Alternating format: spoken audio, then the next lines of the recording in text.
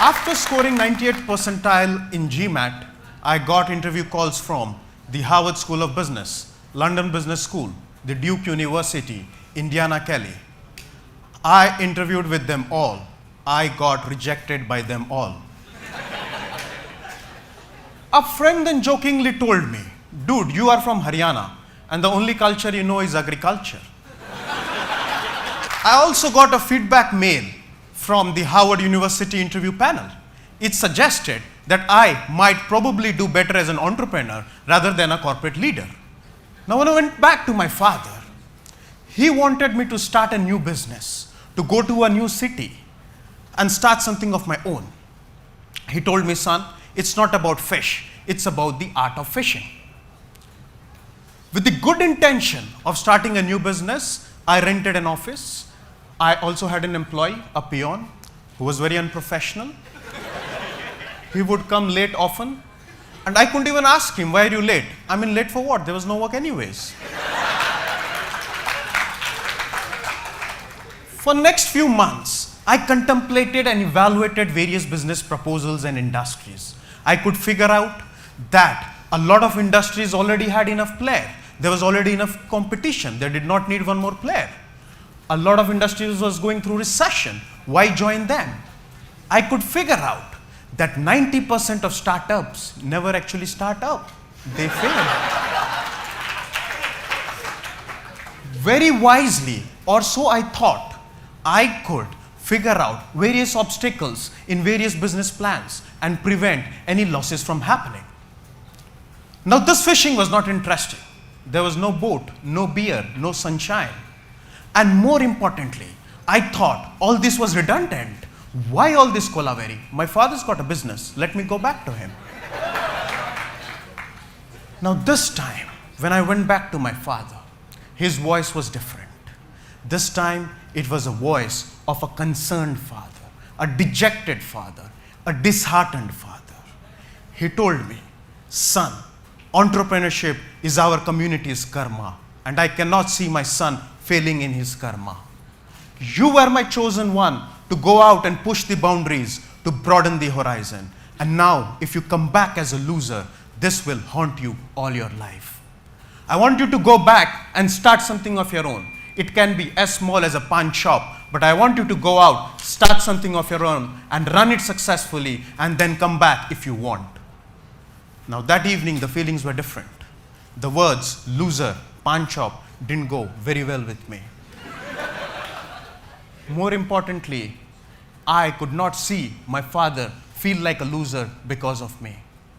And also, it made a lot of logical sense to me that someone needs to go out and push the horizon and push the boundaries. As family increases, the business needs to increase. But friends, what haunted me most was the realization that soon my younger folks will join the family business, which is already in a respectable position. And I, a struggling actor with no business, will find it very embarrassing. This fear of self-identity crisis haunted me most. Now, every inch of me, every cell of my brain just wanted to create a business which was comparable to the family business. When life takes away choices from you, you are saved the decision fatigue, the choice overload. There is less deliberation and more work to do. When you change the way you look at things, the things you look at also change. Now, friends, the same business plans had the same fears and threat, but this time they were not able to withhold me. This time I was finding ways to accommodate them and walk to my newfound target. Friends, I soon realized these business plans mean nothing. Business is not about initial plans, but it is about constant replanning.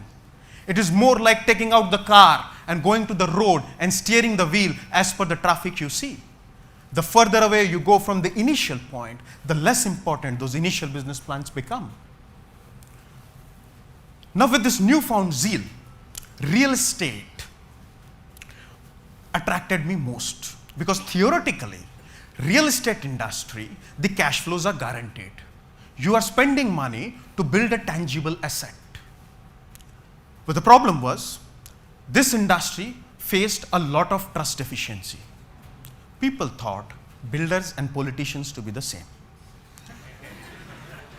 But the problem is that 95% of them are giving the remaining 5% a bad name. We started on with a land layout development project because it required low capex. We soon realized that there are a lot of people who want to buy lands but do not want to get involved in the cash transaction and other nuances surrounding this industry. We devised a mechanism wherein all our lands would be sold only through 100% bank transaction. We were soon able to garner 60 customers, and we took utmost care of each of our customers, because to us, each customer was gateway to 5 new customers. The ball started rolling, and within 3 years, we could deliver 6 land layout development projects and acquire 1,700 customers. As we moved on, we created an 800 apartment premium residential condominium, which is now delivered.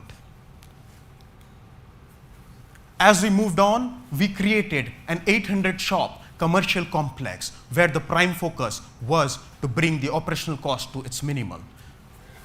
As we move on, we are creating a mall, an 1,800 apartments spread over 6 projects with the prime focus to be able to deliver our customers best living conditions at that given price.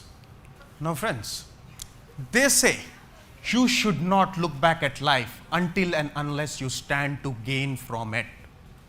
Now when I look back at my life, I realize that the factors which determined where I was at any given point of time in my career were not factors like my educational qualification or my family background or the external economic conditions. But the factor which mattered most was my own internal regulator, the law of internal motivation. Now this regulator is similar to the regulator of an air condition. If you set up air condition at 26 degrees centigrade, then irrespective of the temperature outside, the air condition will try to bring back the room to 26 degrees centigrade. Similarly, we all have an internal regulator, which is set subconsciously by the things we go through in life.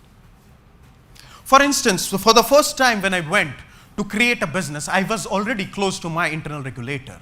There was no purpose strong enough to reset my internal regulator. I was finding ways and intelligent reasons why I should not be moving beyond it. But the second time when I ventured out to create a business, I had a purpose which was close to my heart. There was a fear of self-identity crisis. There was a desire to make my father feel like a winner. There was a desire to help my family. Now, these purposes were strong enough for my heart to reset my internal regulators to new levels. And then, subconsciously, I found intelligent ways to reach that newfound targets. Now friends, we have to understand that this is a very subconscious concept. How our temperature, internal body temperature is maintained at 37 degrees centigrade subconsciously, even without we noticing it. Now what are the motivators which can actually change the levels of this internal regulator? Money is a very bad motivator. Money cannot change these levels beyond a point. The primary problem with money is the concept of decreasing marginal utility. After a point, the utility of money decreases drastically. After a point, the power of money is relative and not absolute. But friends, the most beautiful thing that money can ever buy is the financial freedom of work. The freedom to choose what work you want to do and with whom you want to work. For instance, there's a work which is constantly stressing you. Then, financial freedom is that saving which will keep you afloat and sustain until you find a new job. Friends, 80% of us do not have this financial freedom. If you do not yet have this financial freedom, we must all first save this financial freedom. It is one of the most beautiful things money can ever buy. 80% of us do not have this financial freedom. And you know the primary reason behind it? What I feel. The primary reason behind it is the negative conditioning we receive from the society about money. Can money buy happiness? Of course, no.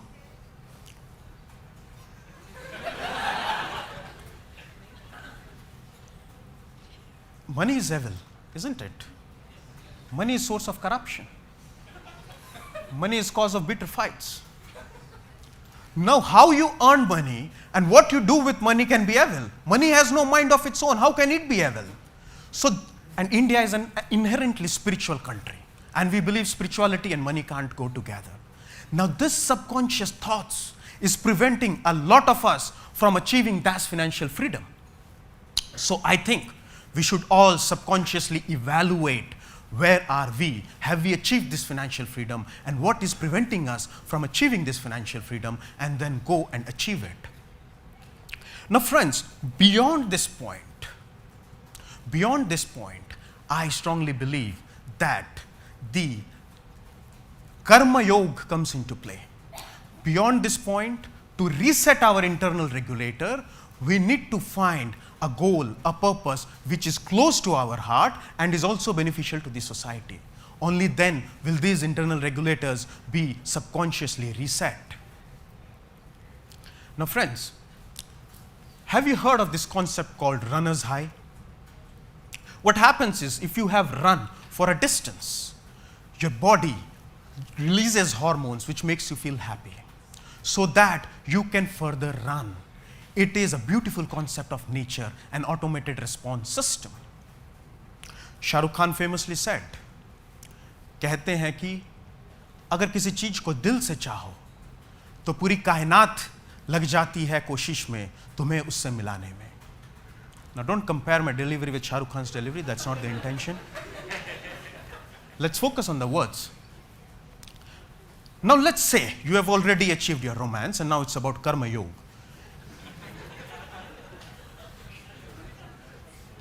If you are able to find something which is very close to your heart and also beneficial to the society, it's half battle won. What happens is, subconsciously your mind will reset your regulator to a new level which will help you reach your newfound goals. This is a beautiful concept of nature to keep society in harmony, the science of evolution, so that world continues to evolve in a direction. So if you find something which is close to your heart and which is beneficial to the society, subconsciously your internal regulators are set in a new level.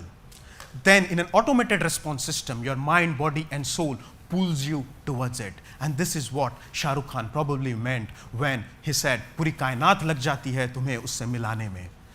They say the greatest battles will not be fought outside, but they will be fought inside the silent chambers of your soul. So friends, like runner's high, like the concept of internal thermostat, which subconsciously maintains our body temperature, I strongly feel that if we follow the concept of Karma Yoga and able to identify something which is close to our heart and beneficial to the society, then subconsciously we will not wait for life to happen around it, but we will start creating a life which takes us towards that newfound thermostat. This is a thought I want to leave you all with. Thank you.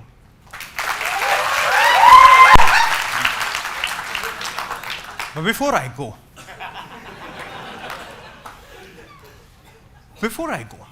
on a lighter note, a son once walked up to his politician father and asked him to teach politics. Father said, son, keep away. Politics is a dirty thing. Son said, no, I want to learn. Teach me politics. Father said, keep away. It's a dirty thing, son. Son said, no, I want to learn. Father said, fine, go to the balcony of first floor. The father then asked the son to jump. Son said, are you crazy? I'll break my bones. Father said, trust me, I'm your father. Jump, I'll catch you. Son jumped and broke his bones. Father then walked up to his son and said, now son, this is your first lesson in politics. In politics, don't even trust your father.